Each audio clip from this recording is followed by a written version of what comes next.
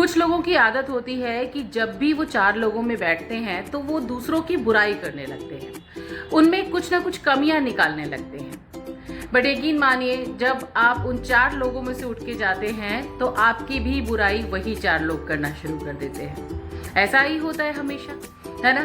तो कई बार इंसान दूसरों का बुरा सोचने के चक्कर में अपना बुरा कर बैठता है। चलिए आइए सुनाती हूँ एक कहानी, जिसको सुनकर शायद आपको इस बारे में सोचने पर मजबूर होना पड़े। एक आदमी था, बहुत बीमार था, कुछ दिनों से कुछ नहीं कर पा रहा था, बस थका थका सा रहता था, हमेशा घर पर बैठा रहता था और यही सोचता रहता था कि काश मेरी तबीयत ठीक हो जाए और मैं इस लायक हो जाऊं कि मैं घर से बाहर निकलूं, कमाऊं, अपने बच्चों का पालन पोषण करूं और सही हो जाऊं।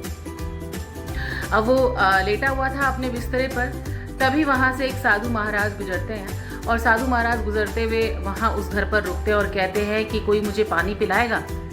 वो बेचारा उठ नहीं पा रहा था, लेकिन फिर भी उठता है, जैसे तैसे उठकर उनको पानी पिलाता है। साधु महाराज बड़े प्रसन्न हो जाते हैं और साधु महाराज उससे कहते हैं कि ये ले ये कॉपी और इसमें तू अपने लिए जो भी मांगना चाहता है वो लिख दे, तेरे पास सिर्फ 5 मिनट है। वो बड़ा खुश हो जाता है, कहता अभी तो मैं लेटे लेटे ही सोच रहा था कि काश कुछ हो जाए, मैं ठीक हो जाऊं, मैं सब कुछ करने लग जाऊं।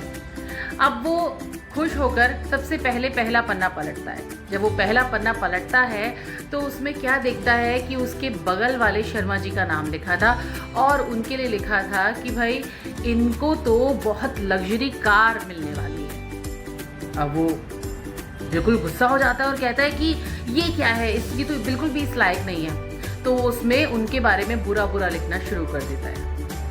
अब वो दूसरा पन्ना पलटता है। अब जब वो दूसरा पन्ना पलटता है तो उसमें उसके बॉस का नाम लिखा होता है और उसमें लिखा होता है कि भाई इनको अब प्रमोशन मिलने वाला है, तो ये बॉस के भी बॉस बनने वाले हैं। अब उसको फिर से गुस्सा आ जाता है। वो कहता है कि ये क्या हो रहा है, इसको प्रमोशन कैसे मिल सकता है, ये तो मेरा बॉस होकर मुझे इतना परेशान कर रहा है, जब ये बॉस के भी ऊपर बॉस हो जाएगा तो ये क्या करेगा। तो वो फिर उसके बारे में बुराई बुराई लिख देता है कि नहीं, इसको बिल्कुल भी ऐसा नहीं होना चाहिए, ये बिल्कुल भी इस लायक नहीं है। ऐसे करके वो फिर तीसरा पेज पलटता है। तीसरा पेज पलटता है तो उसमें उसके दोस्त के बारे में लिखा होता है कि भाई उसको तो 2 लाख रुपए कैश मिलने वाले हैं कहीं पड़े हुए। तो वो उसके बारे में भी बुराई बुराई लिखना शुरू करता है कि ये डिज़र्व नहीं करता, ये फिजूल खर्ची करता है, इसको बिल्कुल भी ये सब नहीं मिलना चाहिए, या फिर ऐसा नहीं होना चाहिए उसके साथ। कोई बात नहीं, अब वो उसके बारे में भी लिखकर जब वो आगे का पेज पलटता है तो उसमें उसका नाम लिखा होता है। बड़ा खुश हो जाता है। अब वो कहता है कि भाई अब मैं अपने बारे में सब कुछ अच्छा अच्छा लिखूंगा और मेरे को जो चाहिए वो मैं मांगूंगा। जैसे ही वो पेन उठाता है वैसे ही वहाँ पर वो साधु महाराज आ जाते हैं और उसको कहते हैं नहीं, मुझे एक किताब या ये जो कॉपी तुम्हारे पास है इसको वापस कर दो। तो वो कहता है क्यों, अभी तो मुझे मेरे बारे में लिखना है, आप अभी से ये कॉपी क्यों ले रहे हैं। कहते तुम्हारे 5 मिनट खत्म हुए, अब तुम कुछ नहीं कर सकते। और वो कॉपी लेते हैं और वहाँ से चले जाते हैं।